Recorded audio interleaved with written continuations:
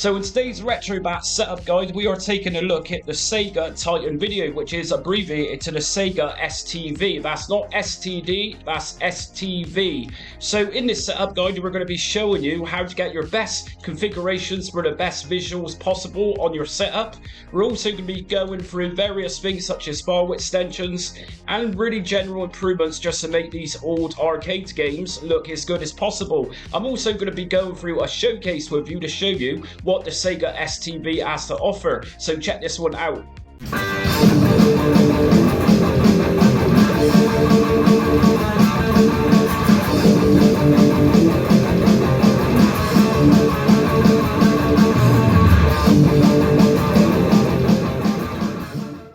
Okay, before I start today's setup guide for the awesome Sega ST-V arcade system, make sure to hit notifications, subscribe and like so you don't miss upcoming retro emulation content, just like this one you're watching today. So yes, we're looking at the Sega ST-V today, and this is a very awesome arcade system. So what we're going to do first is go to the Retrobat shortcut, right click on it and just go to open file location, back GUI. We need to establish which type of game extensions Sega ST-V requires, and we also need to find out what's supporting this once we open it up in Retrobat. So we're going to go to system list, and I'm going to just drop this down to ES systems, and if I then go to system, I'll see a drop down box just here, and this just tells us our different systems within Retrobat, what Retrobat supports. And let me just remind you, right just here, I'm using the latest beta, which is Stable 6 Beta version 2, and you can download that in just like the regular current version of Retrobat, which is Stable version 5. It's absolutely free and you can grab it from their website. Let me just recommend that obviously beta means it's still in testing, so if you want to check out Sega ST-V through Retrobat, maybe just make a portable device and set it up for the latest beta 2 Retrobat. But anyways, we're going to drop down here and we're going to find Sega ST-V, and here it is. And once we're in here, we're going to find at the bottom here under extensions.zip. So all of our Sega ST-V games need to be in .zip file extension, which I'm going to show you in a second. And we'll find under Cores libretro, it's going to be supported by the almost Sega Saturn core, which is Chronos or Chronos. I'm not sure how to pronounce that one. So that's what we need. And if we close this down and close back GUI down, we do need a BIOS file for this. So the BIOS file you do need for this is stvbios.zip. You don't need to extract this one, you just need it in that .zip file extension. And that's simply going to go into our BIOS folder. So let's just drag and drop that one into there for now. And if we come back out and just go down into the ROMs folder, we're going to find in here Sega ST-V. So if we just scroll down again until we get to Sega ST-V, and here it is just beneath Sega CD. Okay, so I've got some games to go in this one, and they're in my ST-V folder, so I'm going to just drag and drop my Sega ST-V games inside of that ROM Sega ST-V folder, and that's all there is to it. So we're pretty much ready to open up Retrobat now. So let's just double left click on the Retrobat icon or shortcut.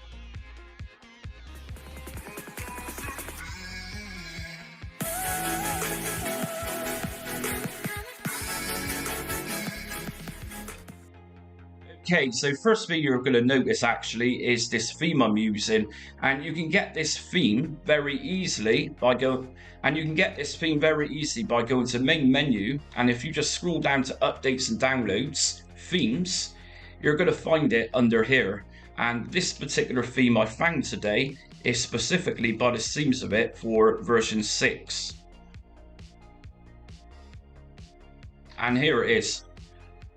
And this particular theme I'm using is called Dark Games, as you can see just here. So to my knowledge, this is quite a brand new theme which has just been uploaded into the Retrobat servers. So that's the theme I'm using. But we're going to look at Sega ST-V, and they're going to appear under Arcade, or it might come up as Sega ST-V. Let me show you what I mean. If I go back to main menu and user interface settings, if I change the theme set to something very basic like Carbon Master, you'll then find Sega ST-V is actually got its own icon. Yet if I go back to main menu again and switch this over using user interface settings back to Dark Games, there we go. So I quite like this theme. I think it's pretty funky. So what I'm going to do is just go into the arcade logo or icon, and I'm going to just scrape some artwork for now. So main menu, I'm going to go down to scraper, and I'm just going to go down to systems included and just hit ST-V and press back and scrape now.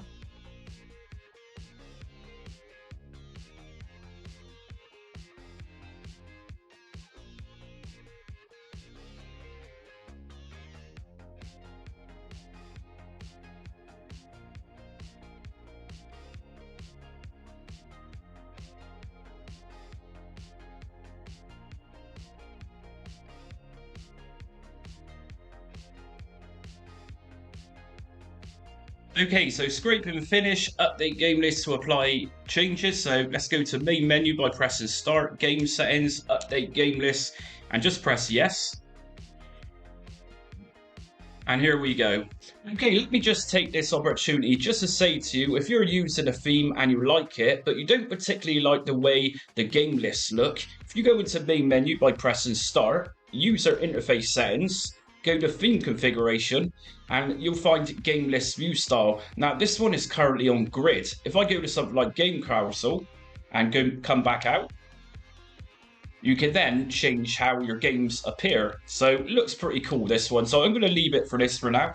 And what I'm going to do is just show you how we can actually make the games look different. So rather than so much pixelation, we can blur things out. So just simply press the select button whilst you're in your game menu. In this case, we're in Sega ST-V. And what we're going to do is just drop down to advanced system options. Now, normally on most Retrobat systems in the game folders, you'll find emulators at the top. But as we've already established, we don't have many options for this. We've literally got the RetroArch Kronos core to use with this. So you're not going to see emulators listed at the top, but we still have video settings to play with. So if I go to shader set, we can make this look different. For example, if I just go down to the bottom, we can add different shaders to this. So shaders is almost applying filters, as it were. So we can add scan lines to this. We can give it a retro look, which I'm going to show you in a minute.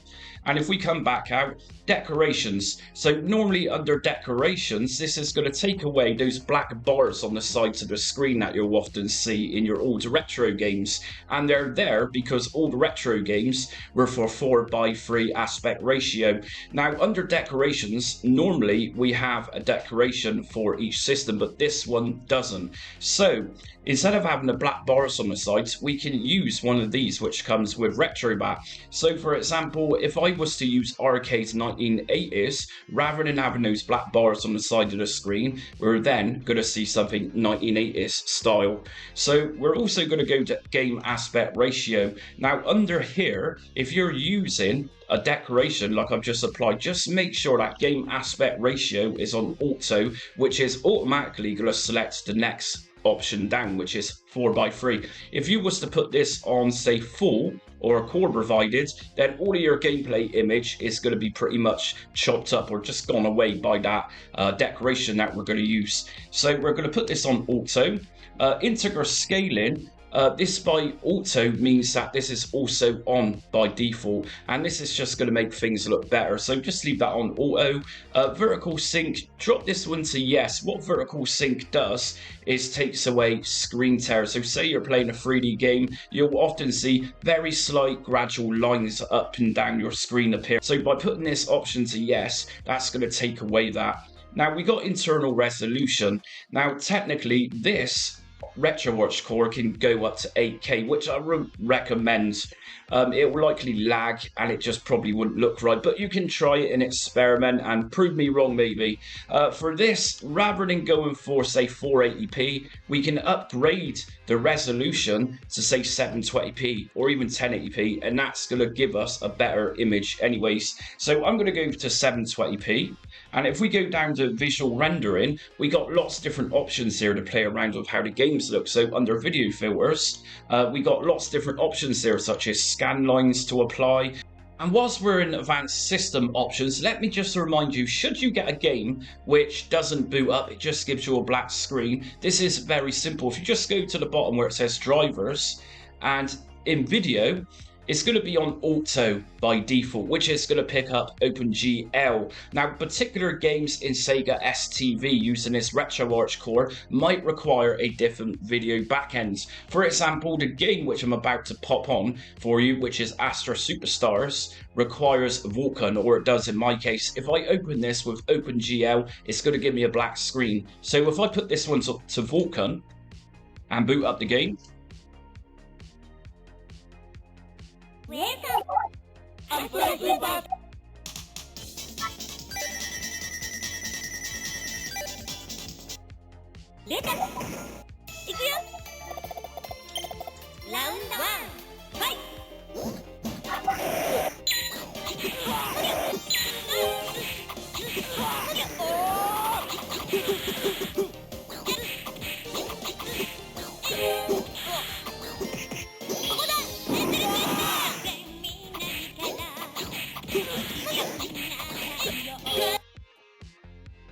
and that works just perfectly with the Vulkan driver applied to there. So now that you can see how this is supposed to look, what we can do now is look at the video settings. So view options by pressing select, advanced system options. Now this time what I'm going to do is actually attempt to make this into full screen. So what I'm going to do is go to decorations and I'm going to turn this to none. Game aspect ratio, I'm going to go right to the bottom on this and select full. And under shader set, I'm going to put this one on to enhanced. And if we go down to visual rendering, video filters, I'm also going to apply upscale 1.5x. Smooth games by linear filtering, I'm going to just leave this to on or auto, either way it's going to turn it on. And if I come back out, if we open up the game again,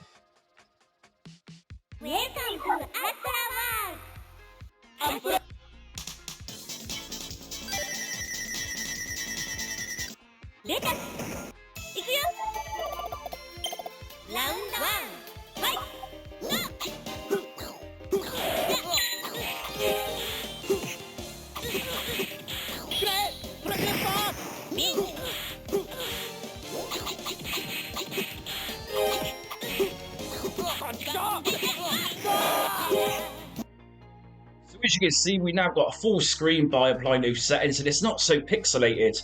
But if you fancy your chances and you think your computer can handle it, we can just make this look even better. So just go down internal resolution, and you can attempt to put this at 8K, but like I say a minute ago, it's likely it's going to lag. But let's go to 1080p, and I'm going to open up this game for the final time.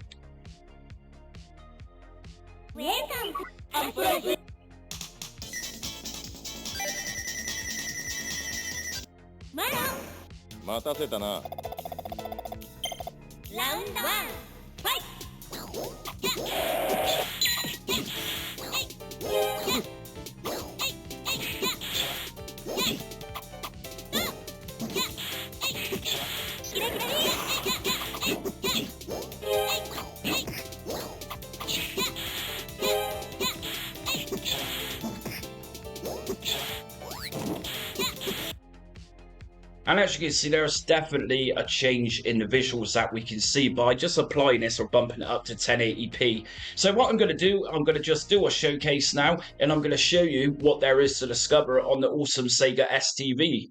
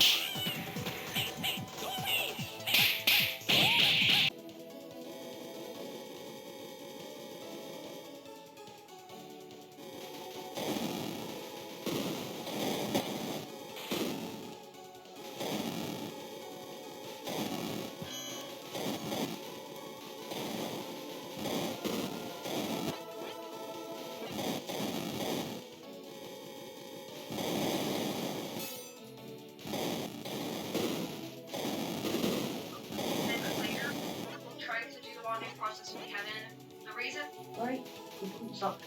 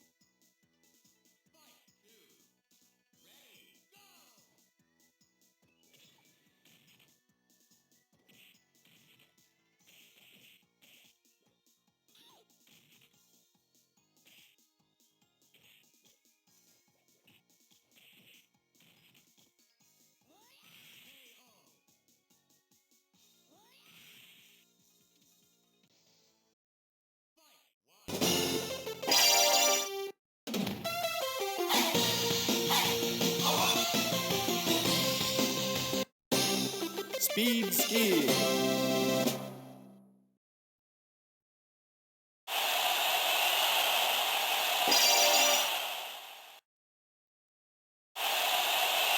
On your mark. Set.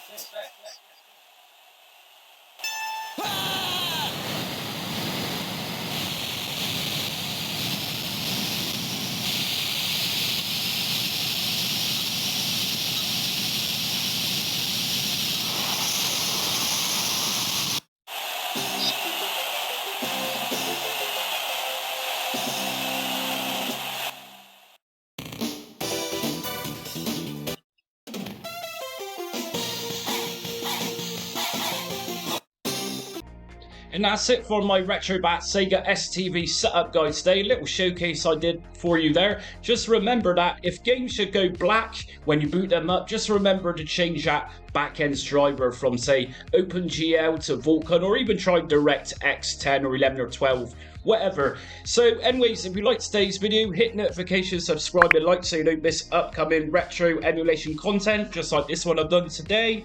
Also join me on social media. I'm on Facebook, Instagram, Twitter and TikTok. But until next time, stay retro.